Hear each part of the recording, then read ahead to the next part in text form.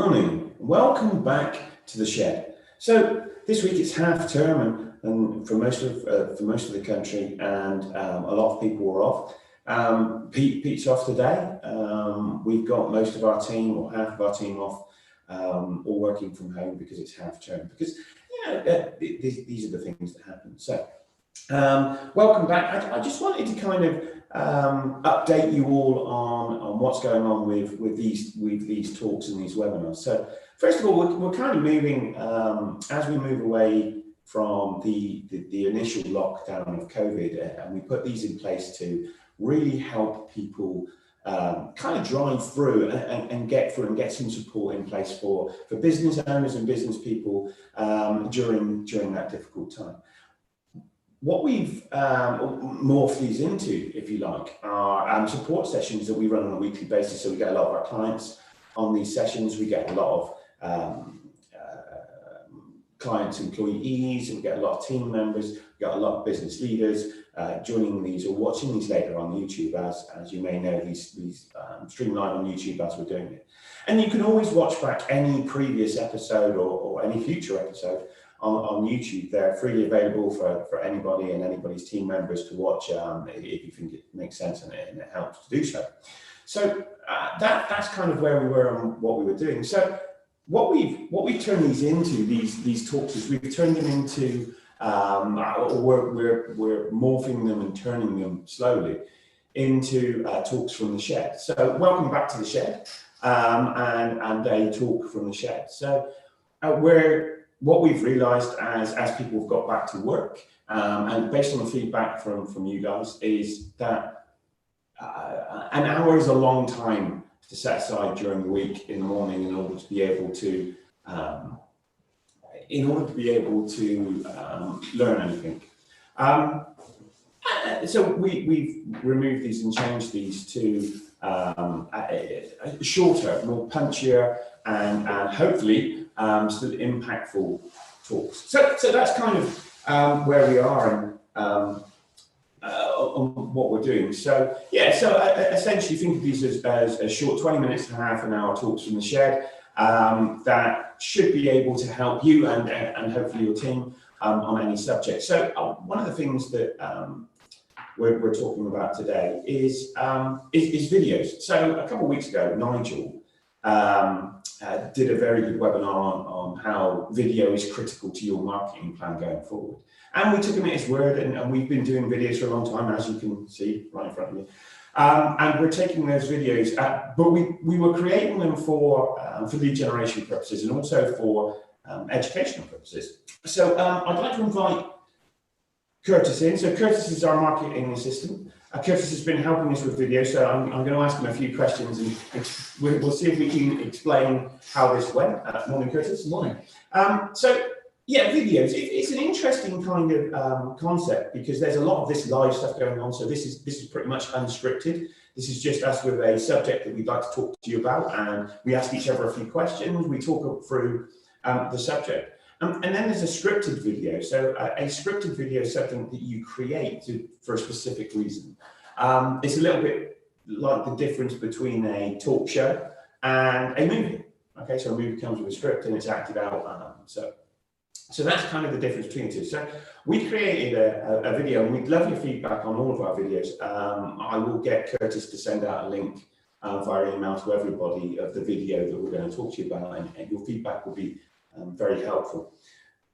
So we started off trying to have a concept of what we were doing, and that wasn't easy in the first place, was it, Kurtis? No, it was. We wanted to make sure that we had the right things to say in the right way, because presenting your points in a way that's coming across as sincere, helpful, is one of the most fundamental things when you're trying to help people. Absolutely. I mean, one of the things we're big on here is support and helping businesses.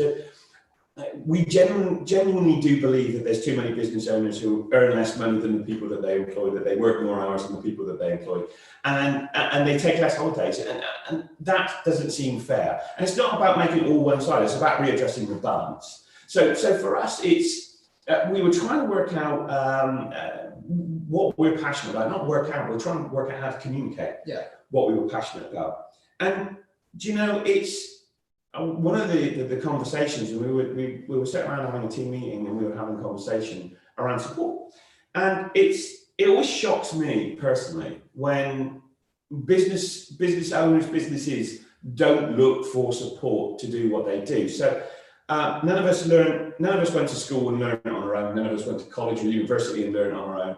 None of us learned to drive without somebody to teach us. Nobody learned the job that they do now, or nobody learned a trade or a skill without somebody to help them. It's very unusual for you to do that. And that's kind of what we were getting around to. And what we came up with is, well, actually, what is the difference between those businesses that succeed, the businesses that thrive, survive, grow year in, year out, and those that don't? And we thought we'd start off with, well, okay, so what are the actual numbers? What can we say that's a piece of factual evidence that we can use to say, well, this is what happens in business? And this is where we came up with our £1.5 million campaign. 1.5 million campaign. Essentially, the Office of National Statistics says that over the last 5 years, 1.5 million businesses went bust. So there's around about 5.1 million businesses registered in this country. Of those, around about 3 million are operating. So they're not sitting on the shelf or being used for some other reason.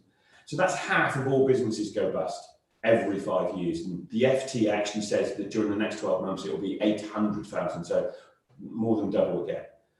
And A, that's shocking, absolutely shocking. And B, it gave us, well, okay, so if that's true, what's the difference between those that don't go bust and those that stay in business? And although we know, we know some of the things, we thought, well, okay, so let's look at some of the comparisons between the two. And we came up with our kind of, if you like, a hub and spoke idea, but essentially it's the 8 critical things that businesses need to have in place to put themselves in the right 1.5 million. Okay. So we knew what we were going to say, we knew what we wanted to say, and then we wrote a script for it. And then we came to speak, and it didn't sound right. And it was... It's important when coming up with a script that you consult with other people, because without other people's inputs, you're always going to think that what you've got is gold material straight away. And being able to take on board the ideas of the team, I think, was very important when it came to actually recording it, because obviously you had myself, you had Peter as well, and we were giving you these ideas of how it should sound, how to just make sure that we weren't overloading people with information as well as trying to help them. Yeah, absolutely. And that's the key bit, is that there's so much that we could say on this subject, but we wanted to get it across in 2 or 3 minutes. Yeah. And we thought, well, then we're going to need 2 videos. So we're going to need a short video that explains why you should listen to the longer video. And that's kind of the concept that evolved from that. And Kurtis is absolutely right. When you write something in your own head, it sounds great. When you say it out loud, it doesn't sound quite great, but you're not entirely sure how to get that point across. So getting help and support on that is massively helpful, because by having Kurtis and Peter go, okay, so what if we said it this way? It just generates better ideas. And between the 3 of us, we came up with something that worked. Yeah. And it was, I mean, we make no apologies for it being quite hard hitting. The simple fact is that half of all businesses go bust every 5 years. I mean, that's a fact. It's not open for discussion. It's not half of all businesses go bust. And I can guarantee you that 99% of those businesses that went bust were also thinking it won't happen to me. And that's the difference. So then we went and created a much longer video. I say much longer, it was 11 minutes, where we kind of just wanted to outline what we'd see as the key fundamental differences. And we came up with a concept, and it's our shed concept. Yeah. If you build a shed, a big shed, or in most people's cases, a house, there's some rules you've got to follow. I mean, building a house is a well-defined process. I mean, hundreds of thousands are built every single year. And yet, if you don't follow the process, either you have to knock it down or it will fall down, one or the other. Right? So we came up with this analogy of like a business needs foundations, and that's planning. Most businesses, we talked through this last week, Peter and I talked through the process where we talked about planning, we talked about getting the numbers right in business, we talked about marketing, we talked about sales, we talked about customers, we talked about operational efficiency, we talked about getting the right kind of leadership in place, and we talked about having the right people in the business. So those are the 8 critical factors, if you like, that we wanted to cover. But then we, through a lot of discussions, I mean, I'd love to say, yeah, we got it right first time, but I think it's probably about over 3 days. Yeah, the process of making sure that we had the right things to say, it was a lengthy, but that's why it's important to plan. And even in taking it from the shed analogy, planning is always the most important base. And if we didn't plan the video, we couldn't have done the video. Yeah, absolutely. That's absolutely right, Kurtis. I mean, we've also got jobs. You know, we've got day jobs that we have to do. We've got a business to run. We've got client meetings. We have sales meetings. We have team meetings. We have all of this stuff that goes on. There's still the accounts to do. There's everything that the operational side of the business that goes on. And this was an additional project that we put into it. Yeah. So we had to find the time. So this was about actually planning slots in the diary for everybody to be able to do it, so that we had the people available to, so that Kurtis could film it, so that Kurtis could edit it, so that Kurtis and Peter and myself could come up with the scripts to do it. And you know, there's the optimism bias comes in. We all think we can get more done in less time than we actually can. And I mean, for us, that was, we started rewriting the script and thought, well, we'll get it rewritten, we'll get it recorded today. And then we realised probably at about 4:30, 20 to 5 in the evening that we weren't getting it done today. And then we tried to do it the next day, and we actually managed to get it rewritten that day, but we didn't have time to record it. And then I think we fitted it in on the third day. Yeah. And then once we recorded it, I think it took us 4 takes. Yeah, little things. Didn't quite go according to plan when we were recording, but we got there in the end. Loud bangs, things falling down, doors opening, the usual stuff. But I think because we'd spent so much time writing it, it only took us 4 takes to do it. So I mean, a total of probably about 30 minutes recording time. In order to get a 10-minute video, which I don't think is that bad. I think being able to, we didn't plan on having to do 4 takes, but it was almost like a rehearsal. So we did think we were going to get it done in 1. Yeah, but being able to rehearse it in a sense and then get it right on that 4th take, sort of put all of the elements that we thought went right in the first instance. Yeah, absolutely, and that was part of the whole concept, I think, of creating the video was that, well, we want to get it right, we want to make it impactful, we want people to understand that those businesses that get, I mean, one of the parts we put into that video was of the 3 million operating businesses that are actually, you know, making money, there's 25,000 that ever get above 50 employees. So that's the government's definition of not a small business. So that's a medium business or above. So that's a very small percentage, 25,000 of 5 million. And it's because those 25,000 have those 8 things in place already. They might not be doing them very well. In fact, they might be doing them very poorly, but they have them in place, and that's why they've got to that point. And those businesses that don't have them don't get there. No. And it's not just because they've got there that they don't go bust. I mean, we all remember Woolworths and BHS and many other. Tom's Cook is a great example. But it's because they stopped doing those things well. So it's generally in one of those key areas. And a great book on those things is Good to Great by Jim Collins, and I think it's How the Mighty Fall by Jim Collins as well, which is those businesses that are good do things differently than those that aren't, and those that stop doing those things well tend to crash and burn. So that was kind of the video concept. And then once we'd created it, we did our best to record it as well as we could. Once we created it, there was a lot of editing that had to go on, Kurtis. There was. It was quite a sort of lengthy task, but you know, you had to make it look perfect, and that was one of my objectives, really. Yeah, and you know, perfect a subjective term. We wanted good.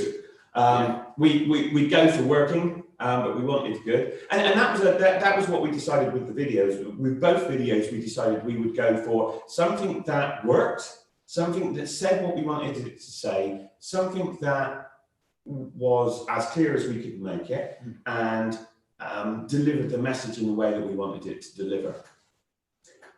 And then we decided that if we needed to improve it, we would follow the Microsoft approach, which is release working software and make it better over time. Yeah. The way Microsoft do that is by asking you to tell them what doesn't work. So rather than paying a load of testers, they use you, their customers, as testers, and then fix the 20% of the biggest problems, which generally fixes the other 80%. So that's why we would love your feedback, is because it tells us what we need to fix for the next kind of iteration of this video.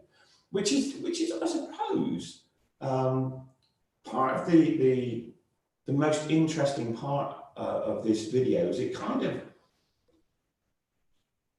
led us down I'm not sure it led us down a path, but it opened our eyes to the fact that it's very easy in this business, in what we do, to point out to people how wonderful life can be, to point out how great it is if you have a business where you don't have to turn up. You might want to turn up. You might turn up every day. You might want to work in it 40, 50 hours a week, but you don't have to. It becomes your choice. So it's very easy for us to explain and show you customers that we've taken from hating their business to loving their business and working in it probably 1 or 2 days a week and earning as much money as they ever want to earn. It's very easy for us to tell them that.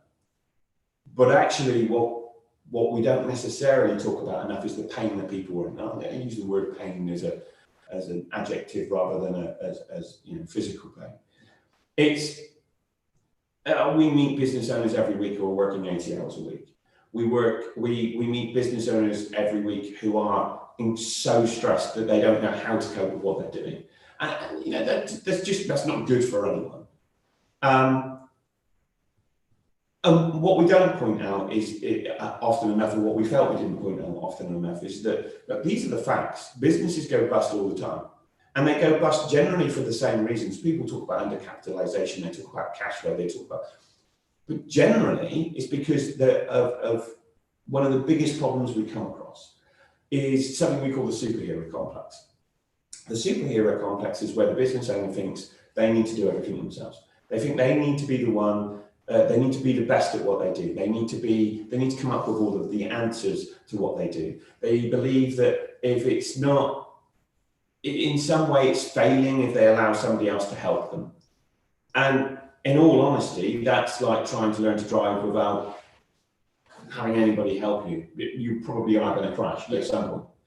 And that's the bit that we were trying to point out, is that, look, business is not complicated. I will not call it easy, but it is a fairly simple mechanism. So it's a logical machine that you put assets in one end, and if you operate that correctly, you turn assets into revenue into profit, and profit into cash. That's a fairly simple business model. 99% of businesses follow the same approach. And yet, people seem to focus on the wrong parts of those. And that's kind of why we created that video. And it's what we wanted to talk about this morning, is the simple fact that getting help is not only a smart thing to do, it's the brave thing to do, it's the courageous thing to do. Trying to do it on your own is just dumb. Yeah, completely. And that's why when we went around to create a video, we didn't try and just one of us try and do it. We did it as a team. And then when we did the video, we showed it to everybody and asked, well, could we improve it? What can we do? Can we change it? It's not that we won't improve and change it over time. It's just that in the short term, that's kind of, that's the approach that we took. So, sorry, I was trying to get something to click and it wouldn't work. My mouse is giving me grief for this morning. Technical issues. We have these all the time. It's just really right? And that's the point about live stuff. When you're recording, if you get a technical issue, you can stop and start again. Yeah. So the things to take away from this is that live stuff is great. It shows your personality, it shows your interaction, it shows the authenticity. But there is nothing wrong with also scripting and delivering a video that says exactly what you want to say, or as close as possible, exactly what you want it to say to the people that you're trying to aim at, so your target market or your customers or your team or whatever it is. Great speeches are written and they're not just made up on the spot. No. So that's kind of what we wanted to talk about. We wanted to give you two. I'm going to get Kurtis. So that's 20 minutes. We're trying to make them 20-minute talks at the moment. So our talks from the shed are going to try and be 20 minutes to half an hour. It's we just feel if we can do that, then it makes it easier for people to follow. It makes it easier for people to log on and watch. And what we're going to do is we're going to email everybody who's registered. So whether you're watching this live, you're watching it on YouTube, or you are watching it back on a replay later, you'll get an email with a link in it to the video. All we'd like you to do is just watch it. What I would also say is that if it does make sense to have a conversation, if you feel that it does make sense for us to have a conversation with you, with your team, with anyone, look, please get in touch. Send us an email, hello@the-progress shed. Send us an email, call us 01225 944 404. That's 01225 944 404. And get in touch. We do not charge to talk. We are always more than happy to see whether we can help. And we're aware that not always what we do fits with what people are looking for, but we have a marketing division, we have a sales division, we have a recruitment division, we have a leadership development team, we have an engagement team, we have everything that you might well need in order to overcome whatever barrier is stopping you from growing, and whichever one of those 8 areas that we talked about last week are not quite working right in your business. So again, thank you very much. I've been Andy. Please do watch out for that link. And give us any feedback. Thank you very much, Kurtis. This has been Kurtis. I've been Andy. Thank you so much for joining us, and we will speak